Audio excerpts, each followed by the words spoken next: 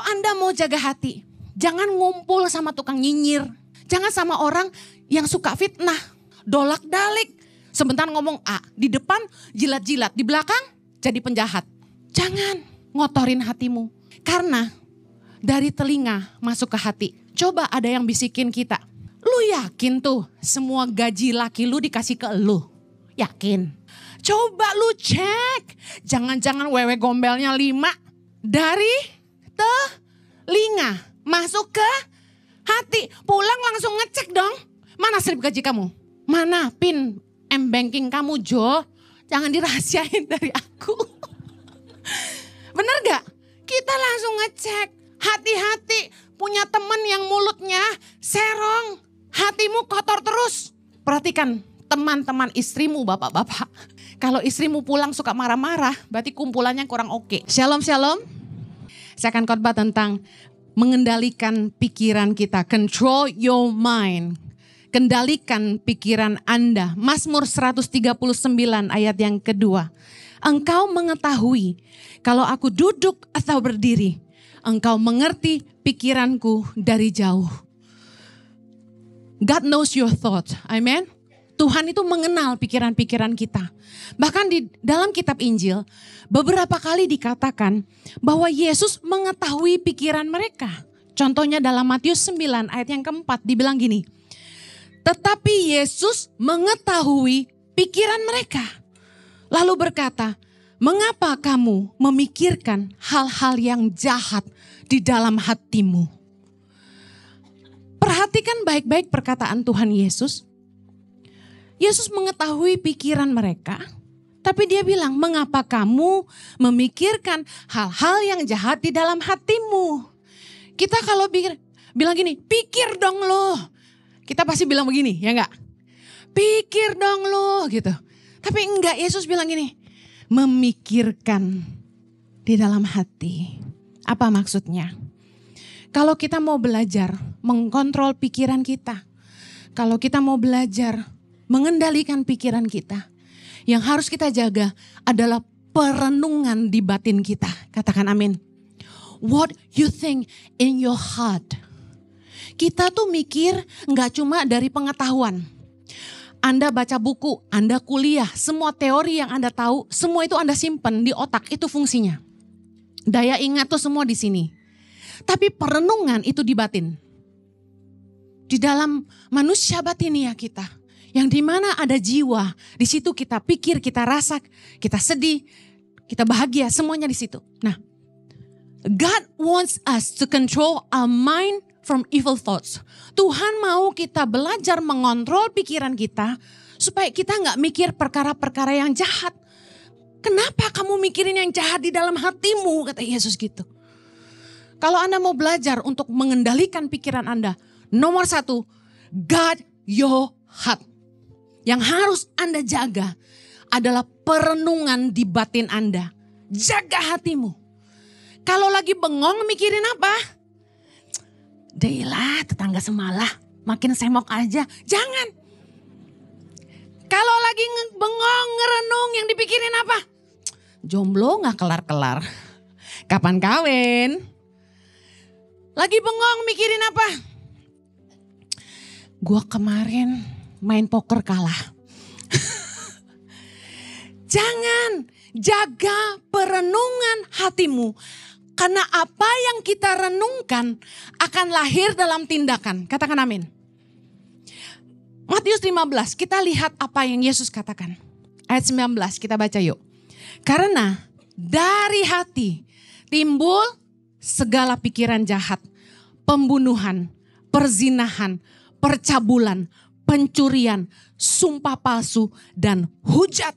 Itulah yang menajiskan orang.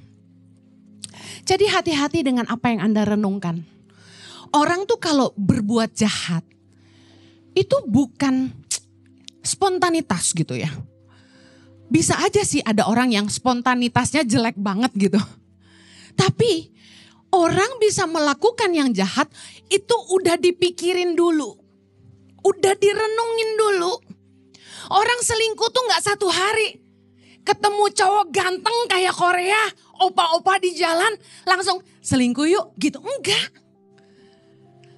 Ketemu teman kantor kok manis. Langsung gimana? Kamu kesepian sama om mau? Enggak gitu. Orang tuh selingkuh, mencuri, berbuat jahat.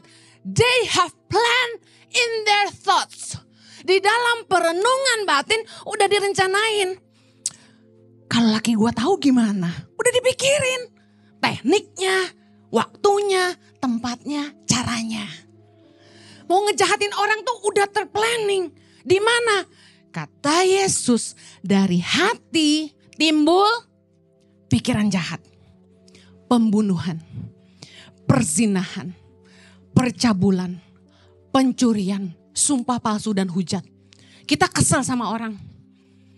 Kalau mau jujur-jujuran, ini pendeta yang ngomong. Pengen juga lagi kita kutukin, bener gak? Misalnya ada orang udah tua jahat lagi. Dalam hati kecil yang terkecil. Yang cuma Tuhan yang tahu dan kita. Kita bilang gini, cepet matiin apa lu?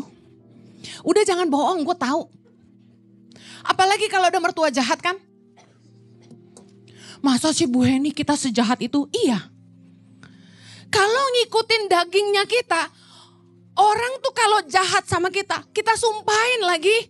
Makanya jadi orang jangan jahat, supaya jangan disumpahin orang. Amin. Well, pegawai-pegawai yang punya bos pelit, apa gak disumpahin tuh? Coba Anda kasih noban 20.000 ke tukang parkir. Dibilang ini apa? Panjang umur om. Awet muda tante. Kita langsung teriak. Amen. Well, sama. Waktu orang jahatin kita. Bahasa rohani kita gini. Aku mengampuni kamu. Aku memberkati kamu. Tapi di hati kecil kita yang terkecil. Yang gak ada yang tahu, cuma Tuhan dan kita. Kita bilang gini, lu tunggu aja lu pembalasan datang dari Tuhan.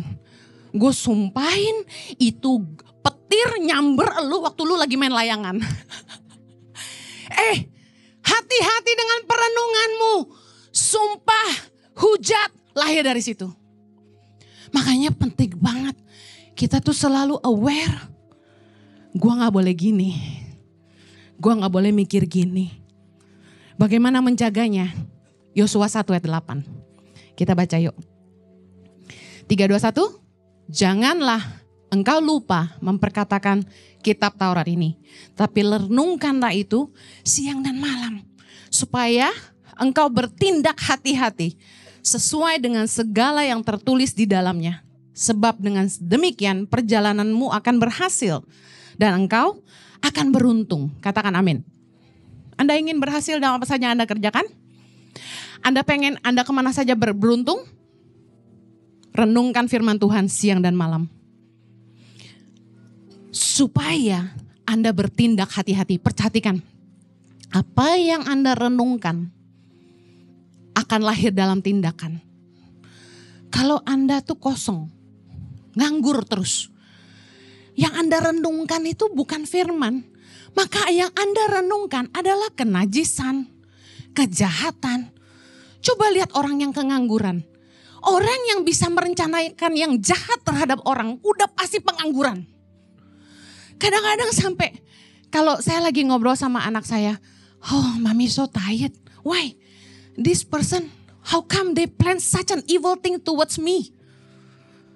Ada orang yang lagi coba mau penjarain saya. Mau fitnah saya. Bikin isu tentang tangan pengharapan. Anak saya bilang apa? They have nothing to do ya. Nganggur banget ya. Ngapain lu jahatin orang? Kenapa enggak mikirin apa yang kamu bisa lakukan buat Tuhan daripada ngancurin karya orang?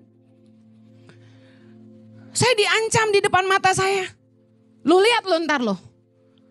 Tangan pengharapan hancur. Dia bilang gitu ke saya. Saya cuma geleng-geleng.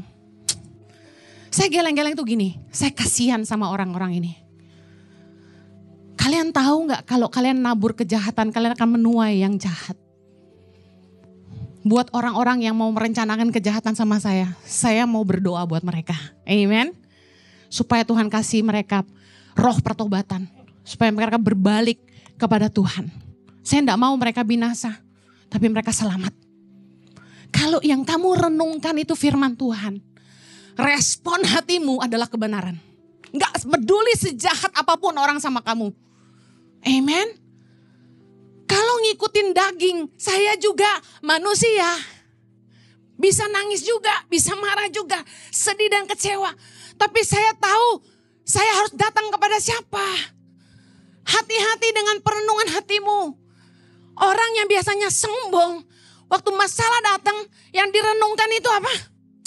Dia gak tahu gue siapa. Gue beli itu orang.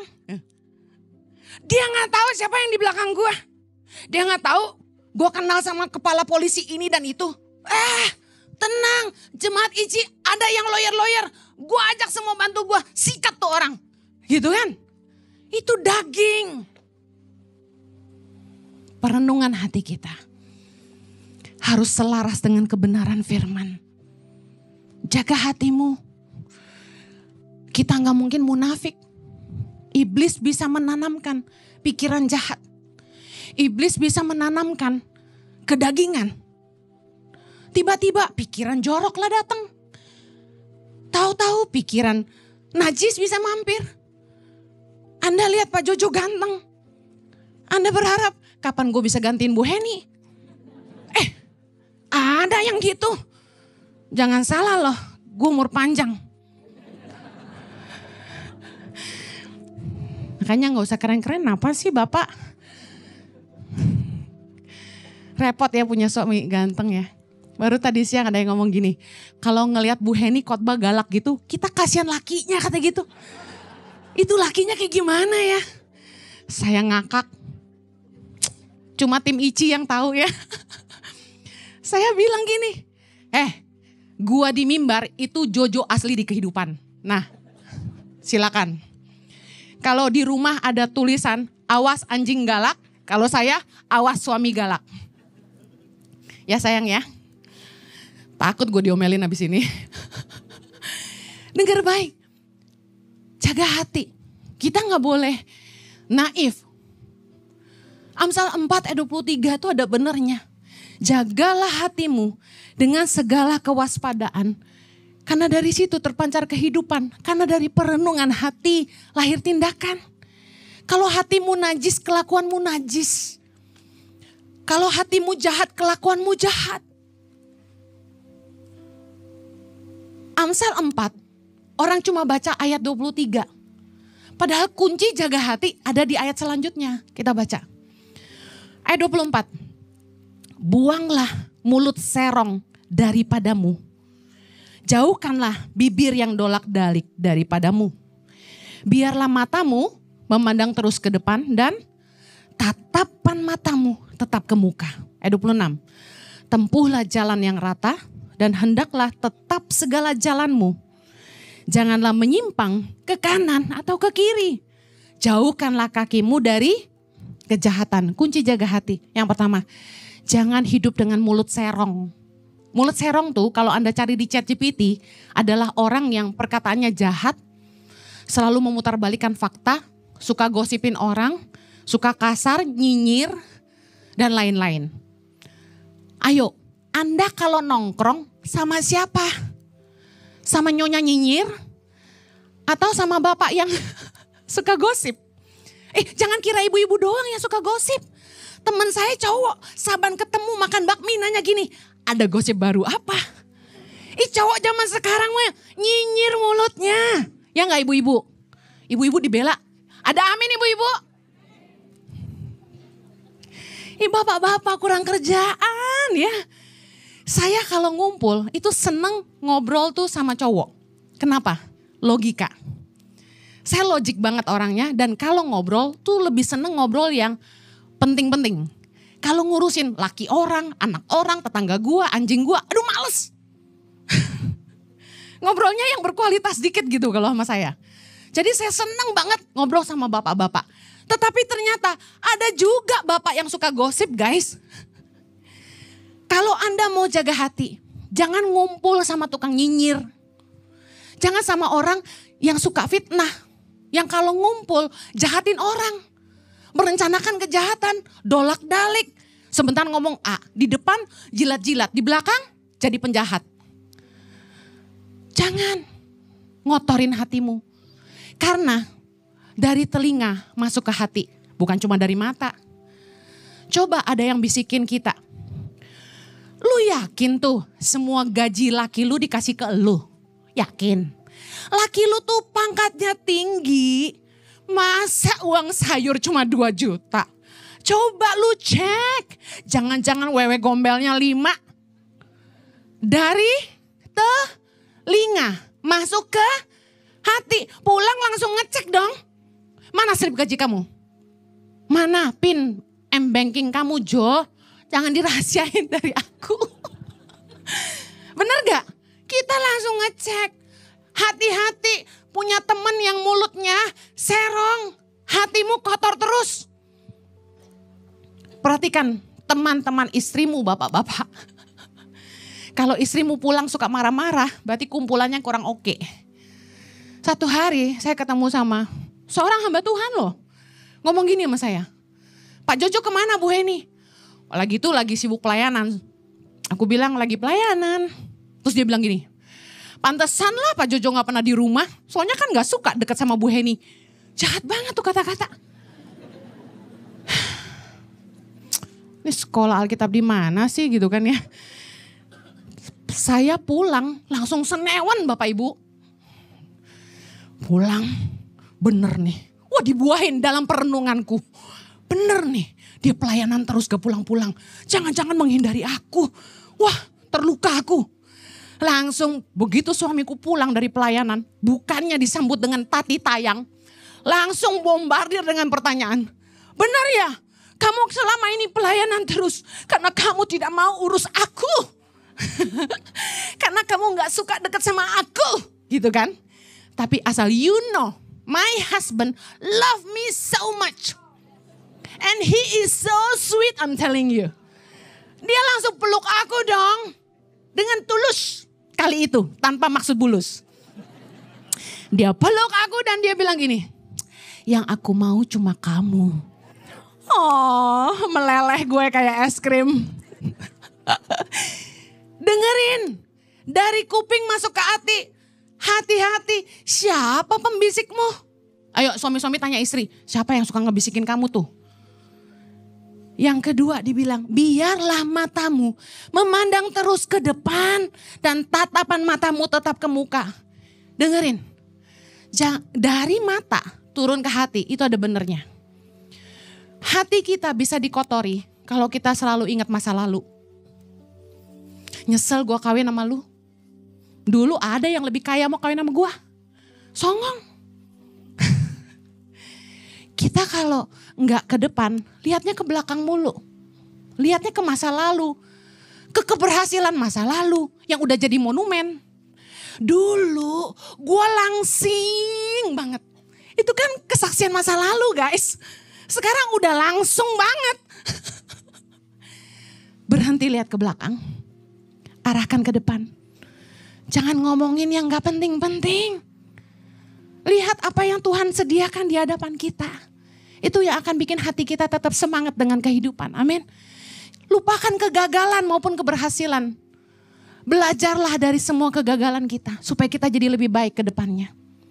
Hati kita akan terjaga.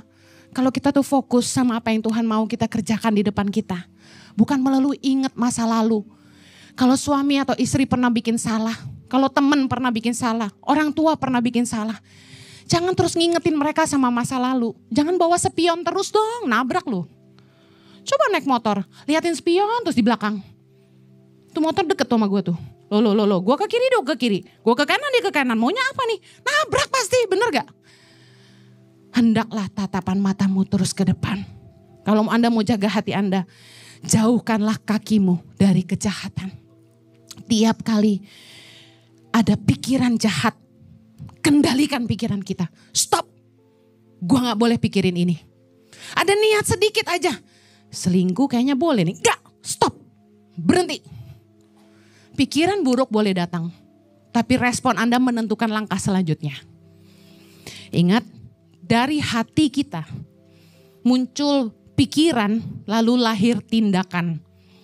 Pikiran kita lahir dari perenungan kita. Lalu pikiran kita melahirkan tindakan kita. Saya mau kasih cerita tentang Habel.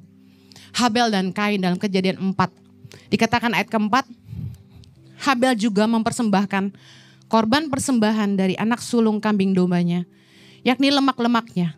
Maka Tuhan mengindahkan Habel dan korban persembahannya itu. Tetapi Kain dan korban persembahannya tidak diindahkannya. Lalu sama-sama hati Kain menjadi sangat panas dan mukanya muram. Ayat 6. Firman Tuhan kepada Kain, mengapa hatimu panas dan mukamu muram? Apakah mukamu tidak akan berseri jika engkau berbuat baik? Tapi jika engkau tidak berbuat baik, baca sama-sama. Dosa sudah mengintip di depan pintu. Ia sangat menggoda engkau. Tapi engkau harus berkuasa atasnya. Ayat 8. Kata Kain kepada Habel, adiknya, marilah kita pergi ke padang. Ketika mereka ada di padang, tiba-tiba Kain memukul Habel adiknya itu, lalu membunuh dia. Coba baca kisah ini baik-baik. Berawal dari apa sih? Hatinya panas kenapa? Iri hati. Kalau Anda baca kisah ini, sebenarnya hanya muncul dari iri hati. Persembahan Kain gak diterima, sedangkan Habel diterima. Iri hati, jadi marah, hatinya panas. Dari hati panas muncul perenungan untuk membunuh adiknya. Bayangin, kalau Anda tidak jaga hati Anda, iblis akan menyesatkanmu dan memperalatmu untuk menjadi alat kejahatan. Makanya jangan suka iri sama orang. Kalau lihat ada yang lebih kaya, ada yang lebih diberkati, nggak usah iri hati.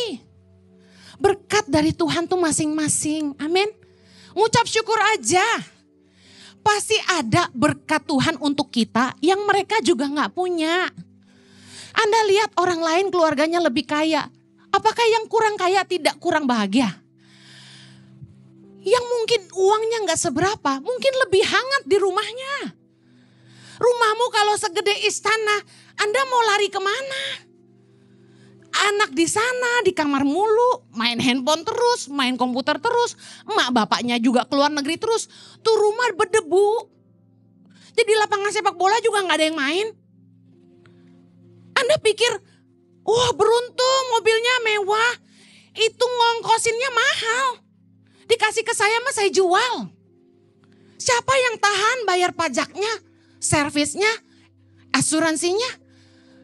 Udah nikmatin yang Tuhan kasih segitu tuh udah luar biasa. Amin. Ada berkat masing-masing, gak usah ngiri sama orang. Dengerin perempuan-perempuan, jangan pikir cuma pakai serum bisa glowing. Tuhan ngomong sama Kain, apakah wajahmu tidak akan berseri-seri kalau kamu berbuat baik? Kalau Anda pengen hidupmu glowing, berbuat baiklah. Jangan berbuat jahat. Jaga hatimu. Lihat, cuma gara-gara iri hati. Kain bisa bunuh adik sendiri. Gak heran ya, kakak, adik, orang tua, anak bisa jahat. Teman baik bisa dijahatin. Cuma gara-gara gak jaga hati. Kita harus menguasai hati kita. Jangan biarkan amarah dan kepahitan bersarang di hati kita. Orang yang menyimpan kebencian, amarah, kepahitan akan membahayakan sesamanya. Efesus 4 ayat 26, apabila kamu menjadi marah, janganlah kamu berbuat dosa. Mazmur 37 ayat 8, berhentilah marah, tinggalkanlah panas hati itu. Jangan marah, itu hanya membawa kepada kejahatan. Makanya gak heran kenapa Tuhan suruh kita ngampunin orang. Matius 6, Yesus bilang gini ayat 14. Karena jikalau kamu mengampuni kesalahan orang, Bapamu yang di sorga akan mengampuni kamu juga. Tetapi jikalau kamu tidak mengampuni orang, Bapamu juga tidak akan mengampuni kesalahanmu. Bukan tanpa alasan Tuhan ingin kita hidup dalam pengampunan. Karena Tuhan tahu ketika kita marah, kita benci, kita iri hati, itu kita buka celah untuk iblis masuk dan memperalat kita. Ingat Tuhan ngomong sama Kain, kalau kamu tidak berbuat baik, Dosa sudah mengintip di depan pintu. Tapi kamu harus berkuasa atasnya. Jadi ketika pikiran jahat mampir di hatimu, cepat berhenti dan usir itu. Katakan amin. Control your mind. Yang terakhir, bagaimana mengendalikan pikiran kita? Arahkan pikiran kita itu kepada perkara-perkara yang di atas. Kolose 3 ayat kedua, pikirkanlah perkara yang di atas, bukan yang di bumi. Maksudnya apa? Filipi 4 ayat 8. Kita baca sambil pegang kepala masing-masing. Ucapkan firman dengan iman. 3, 2, 1. Jadi akhirnya saudara-saudara, semua yang benar, semua yang mulia, semua yang adil, semua yang suci, semua yang manis, semua yang sedap didengar, semua yang disebut kebajikan dan patut dipuji, pikirkanlah semuanya itu. Tempel ini di rumahmu. Supaya Anda masukin firman terus. Setiap kali ada pikiran buruk, ada pikiran negatif, ada pikiran jahat, ada pikiran najis yang masuk ke pikiran kita. Cepat kendalikan pikiran kita. Berkuasa atas pikiranmu dan alihkan kepada hal-hal yang baik, yang benar, yang mulia, yang suci, yang adil, yang manis, patut dipuji, sedap didengar dan kebajikan. Amen. Control your mind. Jangan biarkan pikiran jahat mengkontrol hidup Anda. Waktu saya lagi dijahatin orang, saya mulai mengalihkan fokus saya untuk mikirin apa yang saya harus lakukan untuk terus mengembangkan tangan pengharapan. Saya fokus ngurusin tim saya. Sampai saya meeting itu bisa dari jam 9.30 pagi sampai 11.30 malam. Capek sekali. Nah kalau kita udah capek ngerjain yang baik, kita gak ada tenaga buat ngerjain yang gak baik. Amen. Daripada saya terpuruk di rumah, batalin semua meeting. Gue lagi terluka, lagi sakit hati. Sahabat gue sendiri mengkhianati gue. Baper, kecewa, sakit hati, gak boleh dibuahi. Yang ada disitulah mulai muncul pikiran jahat. Gue mau balas nih. Gue apain nih orang-orang. Wah gue laporin aja ke polisi nih. Ada bukti nih. Wah udah macam-macam. Tapi saya gak mau. Saya bangkit. Dan Tuhan ingetin saya. Pikirin tangan pengharapan. Pikirin Ici. Pikirin leader-leader Ici. Saya datangin satu-satu. Ajak makan. Nanti dinner sama saya. Siap. Ngobrol. Pasangan-pasangan. Ada masalah apa? Saya bantuin orang. Dia ada beban. Datengin saya ngobrol. Nangis ke saya. Saya nolongin mereka. Udah gak ada waktu buat mikirin orang-orang yang jahat. Kalau Anda mau kendalikan pikiranmu, Anda harus kontrol fokusmu. Jangan fokus sama masalah. Jangan fokus sama hal-hal yang gak baik. Fokus sama perkara-perkara yang Tuhan percayakan di hidupmu. Fokus cari Tuhan sungguh-sungguh. Saya senang punya suami yang selalu membangun saya. Dia selalu kuatin saya. Hen, maju terus. Urusin tangan pengharapan. Jangan gak fokus. Biarin orang-orang jahat. Kita maju terus. Makanya suami harus padan. Amen. Saya mau akhiri. Anda harus tahu bahwa pikiran jahat itu adalah benih dari si jahat. Jangan entertain pikiran jahat. Yang terakhir. Hidupmu harus dipimpin oleh roh bukan daging. Roma 8 ayat 5. Sebab mereka yang hidup menurut daging memikirkan hal-hal yang dari daging. Mereka yang hidup menurut roh memikirkan hal-hal yang dari roh. Dengar saya baik. Fokus Anda akan ditentukan oleh siapa yang memimpin hidup Anda. Who lead you? Hidupmu dipimpin setan atau Tuhan? Perenungan hatimu dipimpin oleh daging atau dipimpin oleh suara roh? Perkara duniawi atau ilahi? Hawa nafsu, emosi atau dipimpin oleh kasih? Mari cek. Kita gak mungkin bisa ngikutin keduanya. Yesus bilang, kamu tidak dapat mengabdi kepada Allah atau kepada Mamon. Anda mau tahu hati Anda yang sesungguhnya? Coba pelajari keputusan-keputusan dan pilihan-pilihan Anda. Karena semua itu lahir dari hati. Saya kasih contoh ya. Waktu saya mau nikah sama suami saya. Jujur Jojo gak kaya. Dia anak orang cukup beradat tapi dia hanya hamba Tuhan full time di gereja. BOKEK. Boke. Ada cowok lain pengusaha kaya. Siap berangkatin saya ke Indonesia kapan aja saya mau buat liburan. Berduit. Mati-matian ngejar saya, ampun. Itu ya kalau secara penampilan ya gak kalah sama Jojo. Lebih putih dia, lebih ganteng dia, lebih tinggi dia. Bule, campuran. Aduh, gue demen lagi yang muda-muda begini. Tapi saya kasih tahu, siapa yang saya pilih? Saya pilih Jojo. Kenapa? Karena saya ikut pimpinan roh di hati saya. Roh Kudus bilang, kamu akan bahagia nikah sama dia karena dia kaya. Tapi kalau kamu memilih Jojo, kamu akan menggenapi panggilanku dalam hidupmu. Saya memilih Jojo karena pimpinan roh. Perhatikan ini baik-baik. Yang kedua, saya lihat Jojo tuh takut Tuhan. Karakternya baik. Orang tuh teruji. Dia baik tuh gak cuma sama yang kaya doang. Dia baik tuh sama orang susah, sama orang lemah, sama orang kaya, sama orang kecil, orang besar.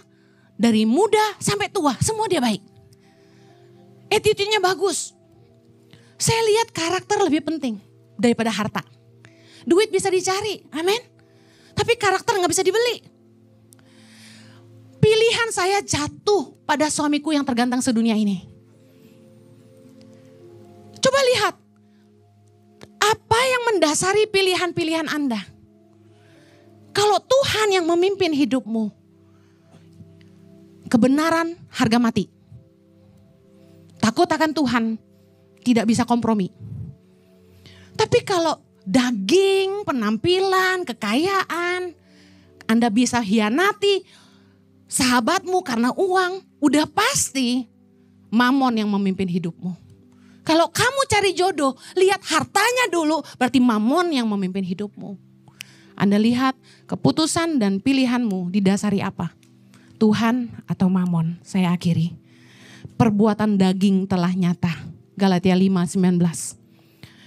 Percabulan, kecemaran, hawa nafsu, penyembahan berhala, sihir, perseteruan, perselisihan, iri hati, amarah, kepentingan diri sendiri, percideraan, roh pemecah, kedengkian, kemabukan, pesta pora, dan sebagainya.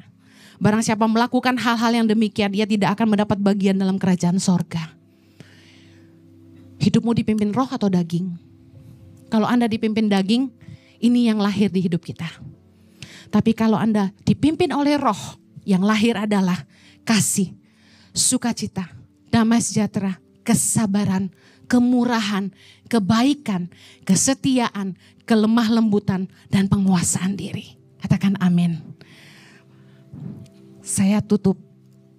Efesus 4 ayat 17 itu bagus banget, dia bilang gini. Jangan hidup lagi sama seperti orang-orang yang tidak mengenal Allah dengan pikirannya yang sia-sia. Berapa banyak hari ini Anda yang sudah mengenal Allah? Bilang aku tidak boleh hidup dengan pikiran yang sia-sia. Jangan entertain pikiran jahatmu. Ampuni kesalahan orang. Berkati musuh. Berdoalah untuk orang yang mencaci kamu. Saya selalu berdoa. Tuhan, ampunilah mereka. Karena mereka enggak tahu apa yang mereka perbuat. Yuk mari bawa ke hadapan Tuhan pergumulanmu. Miliki pikiran yang benar. Jaga perenungan hatimu. Pikirkan perkara yang di atas. Yang mulia, yang sedap didengar. Dan izinkan hidupmu dipimpin oleh roh. Dan bukan daging. Tuhan tolong kami. Supaya kami menang. Dari pikiran-pikiran kami yang najis dan kotor. Supaya kami menang dan mampu mengendalikan pikiran kami dari perkara-perkara yang jahat. Tapi biarlah kami boleh dikuduskan. Kuduskan pikiran kami Tuhan dalam nama Yesus. Kuduskan pikiran umat-Mu di dalam nama Yesus. Tuhan, segala ingatan-ingatan trauma masa lalu, Tuhan, dibersihkan oleh darah Yesus. Kami tidak ingat lagi masa lalu kami. Kehancuran-kehancuran, kegagalan-kegagalan kami di dalam nama Yesus. Kuduskan pikiran kami semua. Perenungan hati kami dikuduskan Tuhan. Roh Kudus ambil alih kami. Biar Engkau yang tinggal di dalam hati dan batin kami. Dan senantiasa menasehati dan menuntun kami Tuhan di dalam nama Yesus. Supaya keputusan yang kami ambil hanya berdasarkan kebenaran dan pimpinan Roh Tuhan. Memerintahlah dalam hati kami. Biar roh takut akan Engkau yang menjadi penuntun kami. Di dalam nama Yesus. Yang mau katakan amin. Keep winning. God bless you. I love you guys. Have a blessed Sunday.